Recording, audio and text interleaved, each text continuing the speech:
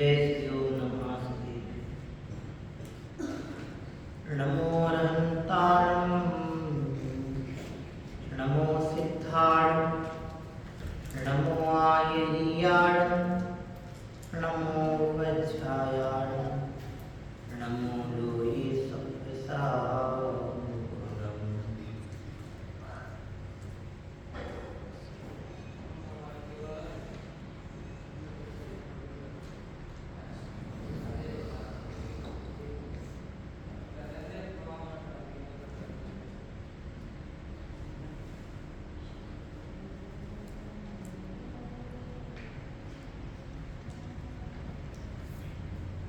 मंगलम भगवान वीरो, मंगलम गौतमोदणी, मंगलम कुंदकुंदार्यो, जैन धर्मो मंगलम।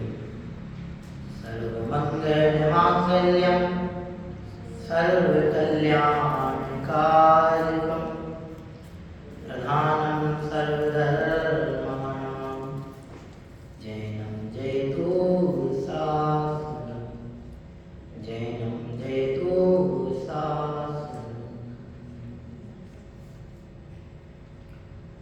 नमः श्रीवर्धमानाय निरोधकलिलात्मने, सालोकानां त्रिलोकानां यद्विद्यादर्शनायते, यद्विद्यादर्शनायते। ऐसा परमो धर्म की, पंच परमेश्वरी भगवान की, त्रिपुरा विराग धर्म की।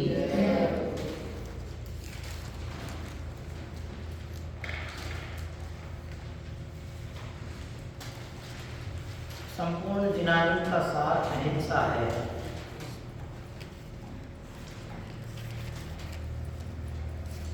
संपूर्ण जिनानी का सार अहिंसा है। जिनके जीवन में अहिंसा है, यूँ समझिए कि उनका जीवन धर्ममय है। जितने भी हमारे ज्ञानी महाराज सबने 28 गुणों का निर्विचार पालन किया। हो गए हैं, हो रहे हैं या होंगे। यदि वे सच्चे दिगंबर संत हैं तो वे अहिंसा का पूर्णतः पालन करेंगे। उसमें सब मूल गुण आए। एक अहिंसा की प्रधानता, समग्र जीवों की संरक्षण की भावना, किसी जीव को हमारे द्वारा किसी भी तरह की ठेस नहीं पहुंचे, किसी के प्राणों का घात नहीं हो।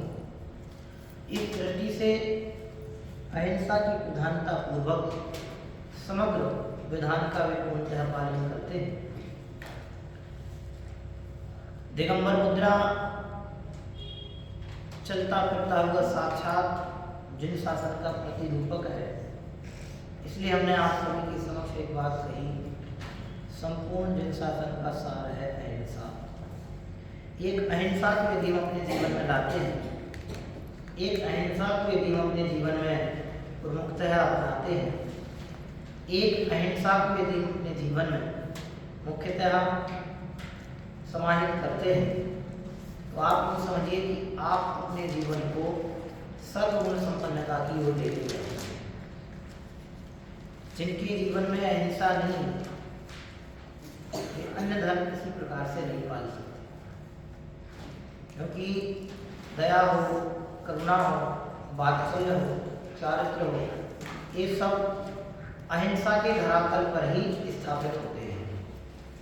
और एक अहिंसा हटा दें तो अन्य किसी प्रकार की घटनाएं धर्म के नाम पर नहीं की जा सकती। इसलिए अहिंसा हमारे जैन धर्म का प्रमुख आधार केंद्र बिंदु है। हम सबकी जो भी जिन धर्म के अनुयायी हैं, चाहे वे दिगंबर हों, श्वेतांबर हों, स्थानकवासी हों, कोई भी, ये सब विभाजन हमारे और आपके द्वारा बनाए हुए हैं, लेकिन इन सबके लिए एक अनिवार्यतम शर्त है, वो है अहिंसा। इसलिए अहिंसा को सबको पालने का प्रयास करना चाहिए। हम और आप यदि अहिंसा के प्रति जिम्मेदार हैं तो समझिए कि हम जिन शासन के प्रति जिम्मेदार हैं। अहिंसा के प्रति यदि जिम्मेदार नहीं हैं, अहिंसा पालन के प्रति यदि हम उदासीन हैं, तो समझिए कि हम संपूर्ण जिन शासन के प्रति उदासीन हैं। अहिंसा पालन की भावना ही जिन शासन की श्रेष्ठ प्रभावना है, क्योंकि आज प्रभावना के नाम पर विभिन्न प्रकार के आयोजनों ने स्थान ले लिया है, जहाँ जितना बड़ा आयोजन के माध्यम से भी प्रभावना होती है, लेकिन आयोजन मात्र से प्रभावना नहीं होती। आज प्रभावना के रूपक परिवर्तित हो गए, हमारी आपकी धारणाएं प्रभावना के नाम पर परिवर्तित हो गई, लेकिन ज्ञानियों के वचन हैं जो कि कभी निरर्थक नहीं जाते। ज्ञानी कहते हैं कि आराधना ही वास्तविक प्रभावना है, आराधना के बिना प्रभावना नहीं होती। जब तक हम आराधना नहीं करेंगे तब तक प्रभावना नहीं होती। आयोजनों का आधार प्रभावना हो सकती है, लेकिन आयोजन से प्रभावना हो ही ये आवश्यक नहीं है। आयोजन करने की मनाही मैं नहीं करता, आयोजन तो जनशासन की प्रभावना के दृष्टिकोण से होते ही रहने चाहिए। अनेक जीवों को उन आयोजनों के माध्यम से अनेक अनेक प्रकार की प्रेरणाएं प्राप्त होती हैं, अच्छी सच्ची सीखें भी प्राप्त होती हैं, लेकिन मात्र आयोजन ही प्रभावना के आधार हो ऐसा नहीं है।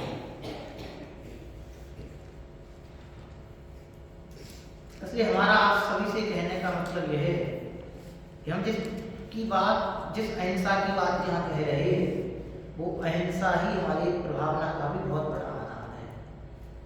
हम यदि अहिंसात्मक जीवन शैली जिएंगे तो हमारी जीवन शैली को देख करके अन्य चार लोग अपने आप प्रभावित होंगे। आयोजन के लिए तो हमें अनेक अनेक प्रकार की प्रेरणाएं मंचमाला माई के माध्यम से करनी और कहनी पड़ेगी, लेकिन जिनके जीवन में वो सारी चीज होगी, उनके जीवन की चर्या ही दूसरों के लिए अपने आप प्रेरणा बनेगी, जिसको हम बोल सकते हैं मूक संदेश। हमारे दिगंबर मुनिराजों की मुद्रा ही अपने आप में बहुत बड़ी प्रभावना होती है। उनकी मुद्रा देख करके, परम शांत सौम्य वितराग मुद्रा को देख करके जगत जन, संसार के प्राणी अपने आप बहुत सारी प्रेरणा प्राप्त कर लेते हैं, और कई कई प्राणी तो अपने सम्यक्त्व को तक निर्भर कर लेते हैं। ऐसी सर्वोत्कृष्ट प्रभावना उस परम वितराग मुद्रा को देख करके होती है। तो यह जिनबिंब या दिगंबरी मुद्रा का जादू, जिस मुद्रा को देखते ही अनेकों लोग अपने सम्यक्त्व को, अपने मोक्ष मार्ग को प्रशस्त कर लेते हैं। तो वो बात इन व्यसनों के त्याग में छुपी हुई है, अहिंसा की। इन व्यसनों का त्याग हमारे जीवन को श्रेष्ठ बनाने के लिए कराया जाता है। इन व्यसनों के त्याग कर, हम यदि इन व्यसनों का त्याग अपने जीवन में करेंगे तो आपके जीवन को उससे कोई लाभ नहीं होगा, वो लाभ हमारे निजी जीवन के लिए होगा। हमारा धर्म का मार्ग प्रशस्त होगा। उस अहिंसात्मक धर्म के मार्ग के प्रशस्तीकरण के लिए इनके त्याग का आह्वान किया जाता है, कथन किया जाता है, प्रेरणाएं की जाती है। हम यदि जैनी श्रावक हैं तो हमसे बार बार इसकी बात कही जा रही है, तो इन कर्तव्यों के पालन में हमें स्वयं कर्तव्यनिष्ठ होकर के जागरूक होना पड़ेगा। आज अगर हम इस बात की प्रेरणा प्राप्त कर लें तो आप यूँ समझिए कि हम अपने जीवन को उन्नति के शिखर की ओर लेके जा रहे हैं।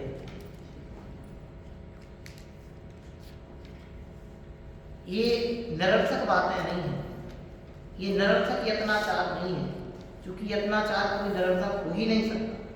यत्नाचार का नाम ही अहिंसा है। यत्नाचार माने प्रमाद रहित प्रवर्तन, उसको यत्नाचार कहते हैं।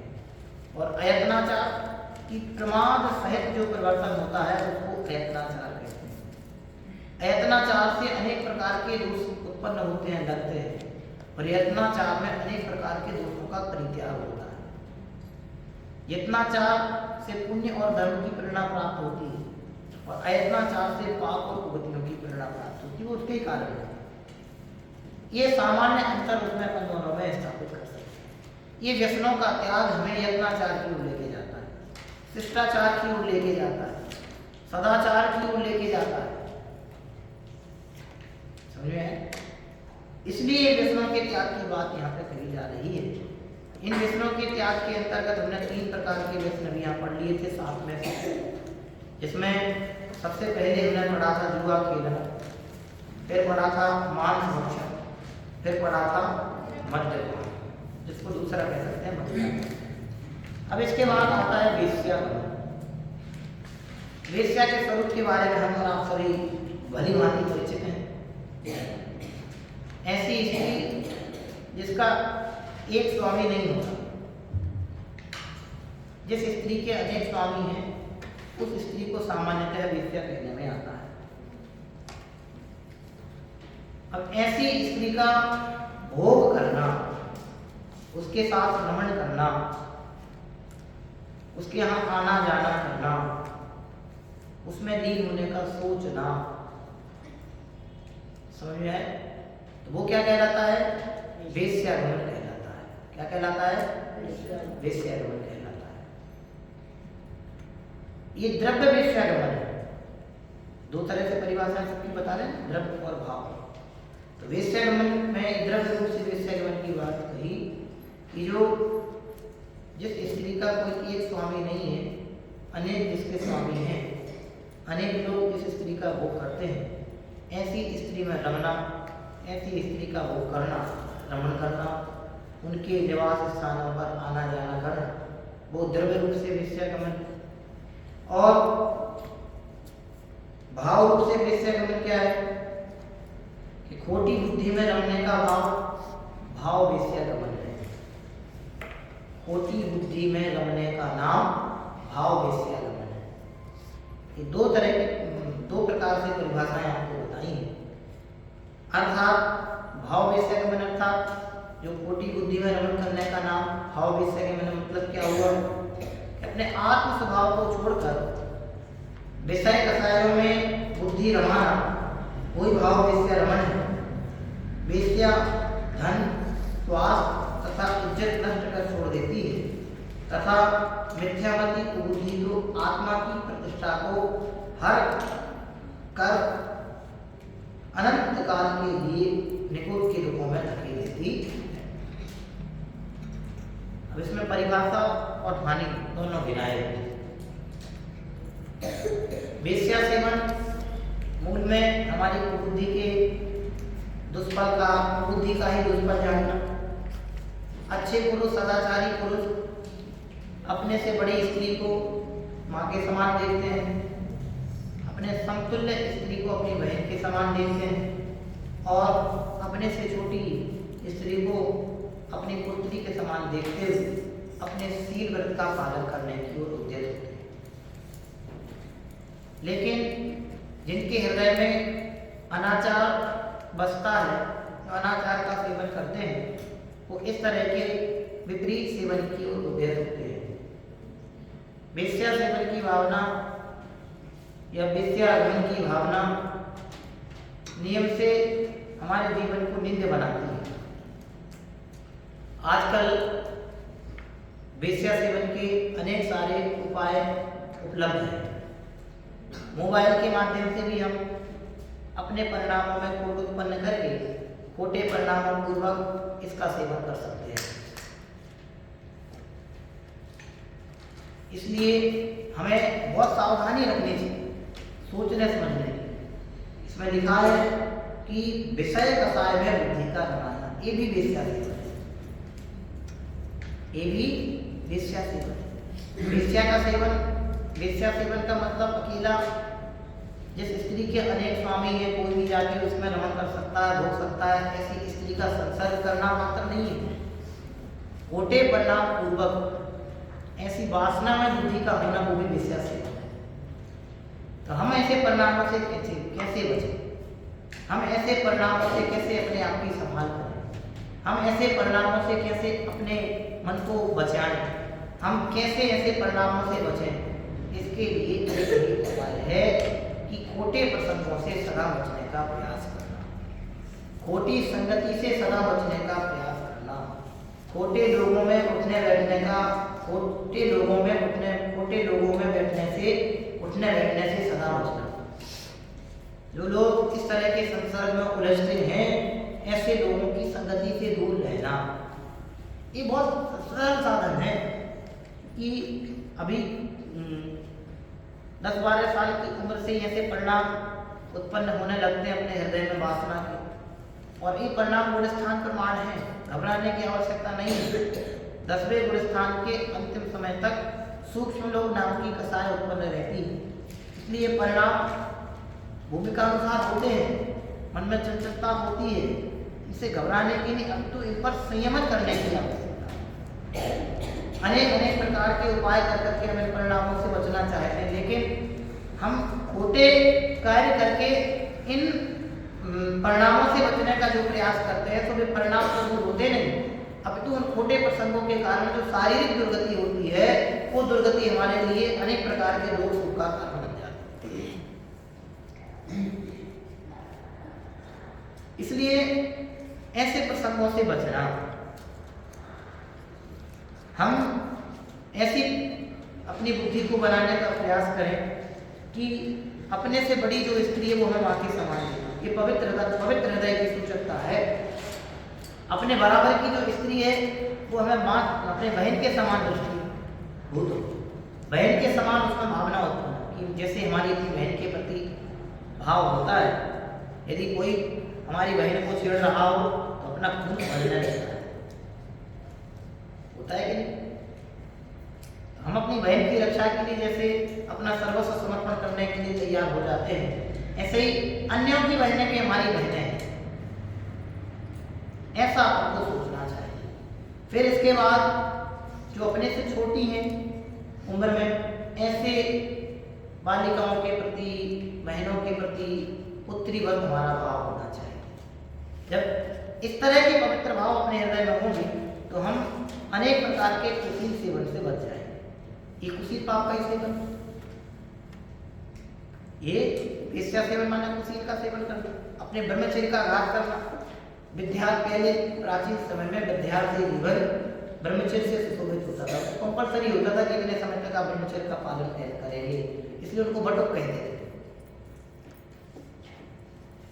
जो ब्राह्मणों के आश्रमों में, ऋषि मुनियों के आश्रमों में जाके अध्ययन करने की एक प्रणाली थी, उसमें जो अध्ययन करने वाले शिष्य होते थे उनको बटुक कहा जाता।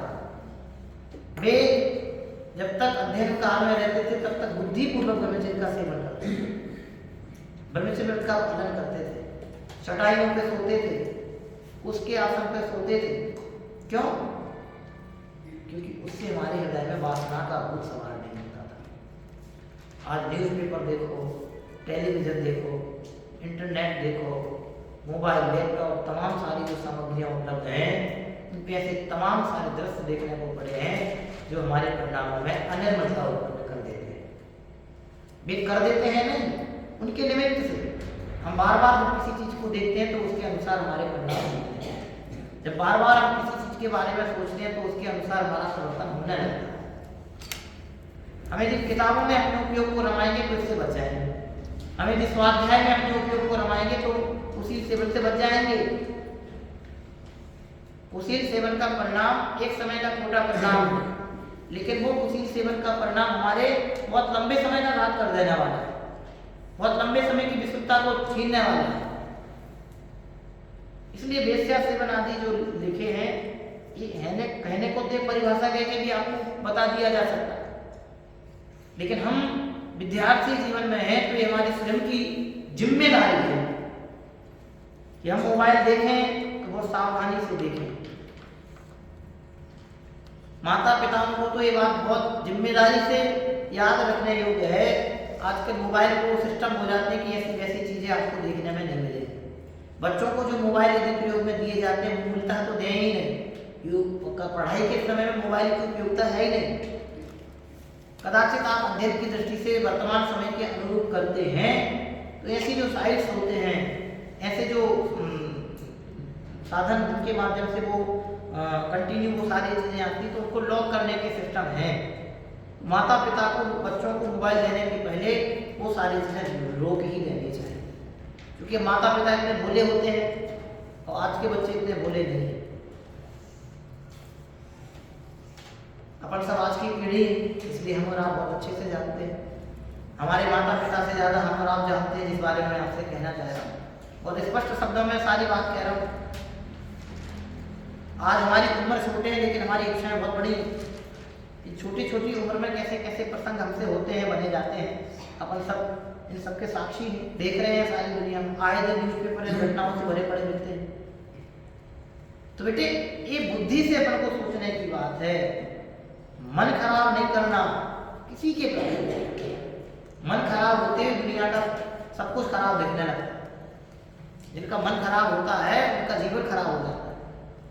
उम्रगत परिणाम होंगे, आयु के अनुरूप इच्छाएं होंगी, लेकिन उनको संतुलित करने का प्रयास करना, उन पर संयम पाने का प्रयास करना, उनको संयमित करने का प्रयास करना। ऐसी वैसी चीजें नहीं खाना जो आपके हृदय में गर्दता और मलिनता उत्पन्न कर जाए। जितनी भूख है उतना ही खाना, उससे एक रोटी कम खाना। जब कभी हम ज़्यादा खा लेते हैं ना गरिष्ठ भोजन, तो भी परिणाम वक्र होने लगते हैं, खराब होने लगते हैं। तो ऐसे समय खाने पीने में भी संयम रखना, इससे हृदय की पवित्रता वृद्धि को प्राप्त होती है। बार बार पंचपरमेष्ठी भगवतों का स्मरण रखना। कल हमने आपसे कहा था कोई दोष हो जाए तो घबराना नहीं, उन दोषों का प्रायश्चित करके अपने हृदय को पवित्र बनाने का प्रयास करना। जब ऐसे परिणाम हृदय में उत्पन्न हो विषय भोग वासना के, तो उस समय पंचपरमेष्ठी भगवंतों का, भीतरात्मा का, जिन धर्म का, जिन धर्मियों का बारंबार स्मरण करना कि नहीं ऐसे महापुरुषों के कुल में हम जन्मे, और प्रायश्चित ग्रहण करना उसी समय, तो जाके बच पाएंगे। इसलिए बेटे क्या कहें आप, वेश्या सेवन की बात चले ना, तो यूं समझो कि वेश्या का शरीर तो अनेक प्रकार की गंदगी से भरा होता है। वेश्या क्या है, ऐसा नहीं होता है कि सिर्फ जैन ही जैन आएंगे, ब्राह्मण ही ब्राह्मण आएंगे। कोई भी कभी भी हिंदू मुस्लिम सिख ईसाई कोई भी जाके उनके यहाँ उनको उपयोग में ले सकता है। तो जिनको हमें स्पर्श तक करना योग्य नहीं है उनके साथ रमण करें, तो ये कितनी नीचता की बात है। इसलिए बेटे ये जिनवाणी का उपदेश है तो परस्त्री रमण नहीं करना, वेश्या सेवन नहीं करना, अपने जीवन को कलंकित नहीं करना हो तो जिनवाणी की शरण में जाना। और जिनवाणी के द्वारा विनम्र भगवंतों की वाणी के द्वारा जो प्रदत्त उपदेश है, उस उपदेश के माध्यम से अपने जीवन को सौंदर्ययुक्त बनाना।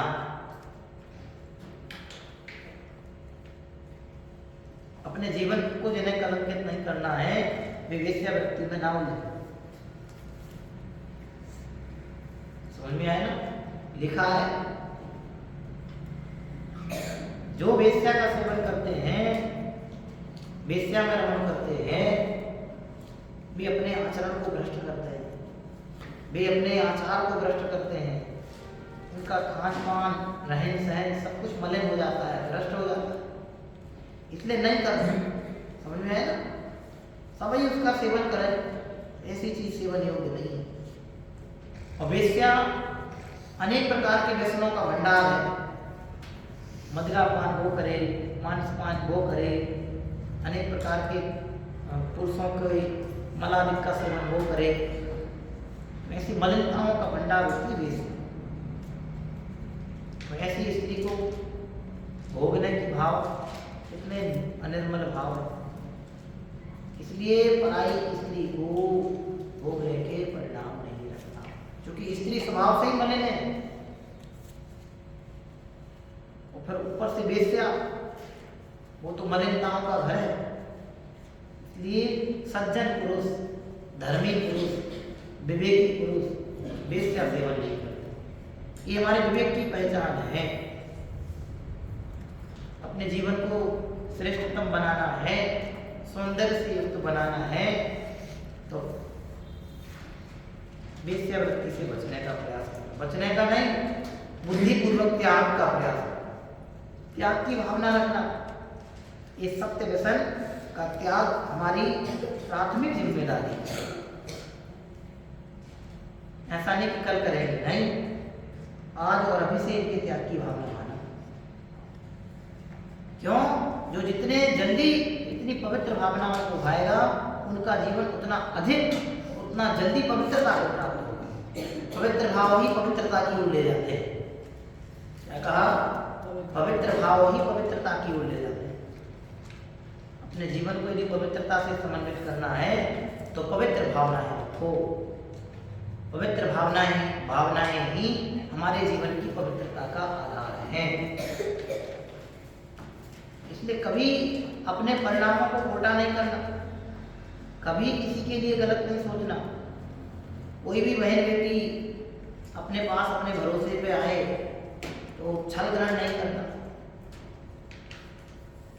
अपमान नहीं करना, उनको कोटी निगाह से नहीं देखना। अपन उसी की परिभाषा पढ़ते हैं, पराई माँ बहन को बुरी नजर से देखना, उसका नाम कुशील है। अपने विषय वासना को कंट्रोल करने के लिए विवाह की व्यवस्था है।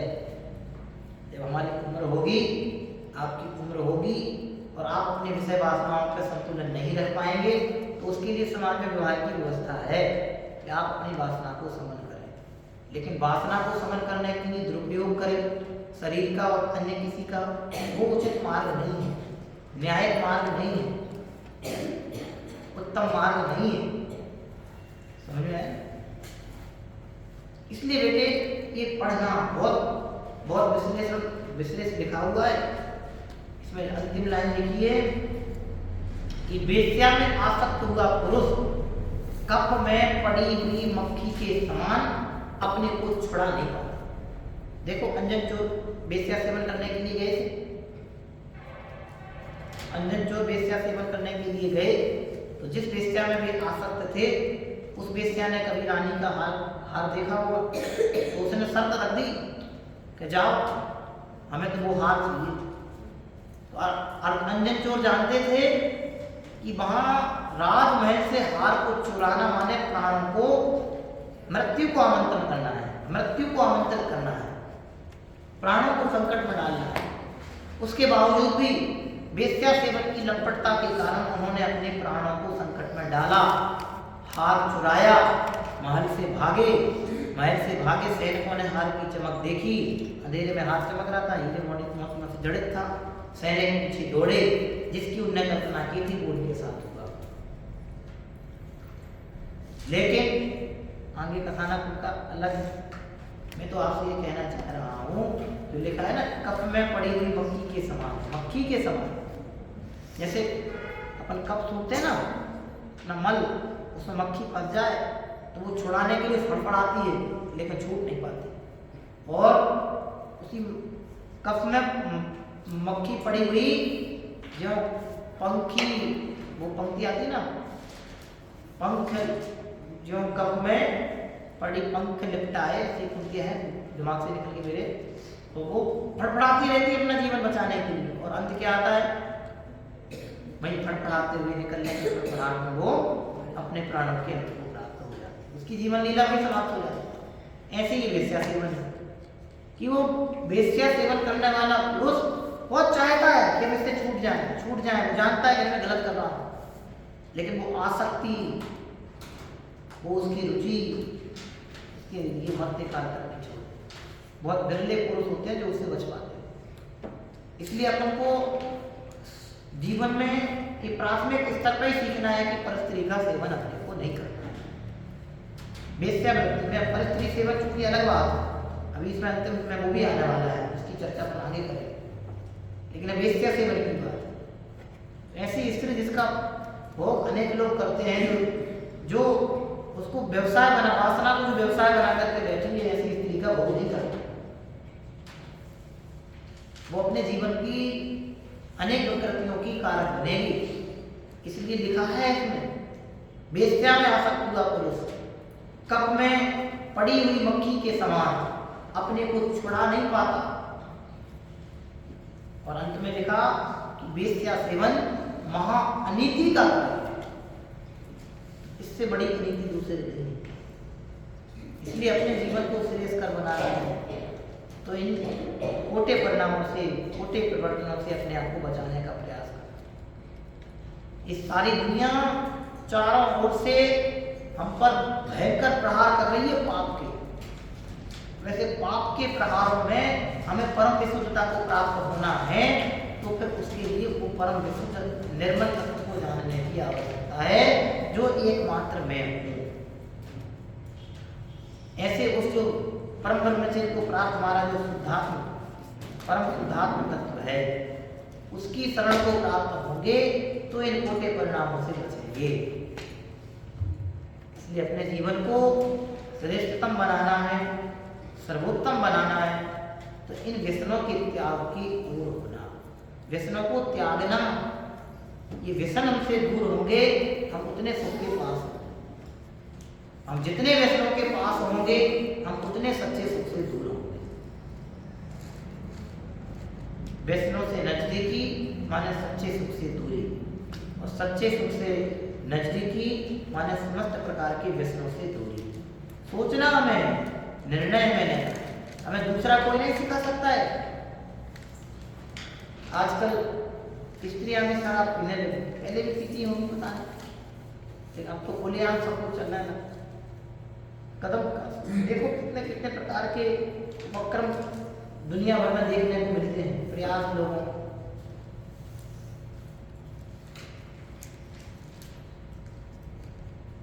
फिल्मों में कितने तरह के दृश्य दिखाए जाते हैं जो मनुष्य की वासना को भड़काने में अपने, ये भी वेश्या का ही रूप है।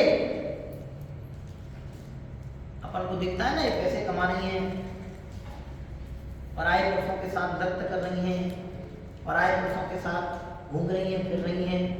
ये स्त्रियां कोई शील व्रत का पालन करने वाली स्त्रियां नहीं है, इनको देख करके लंबटी मत होना।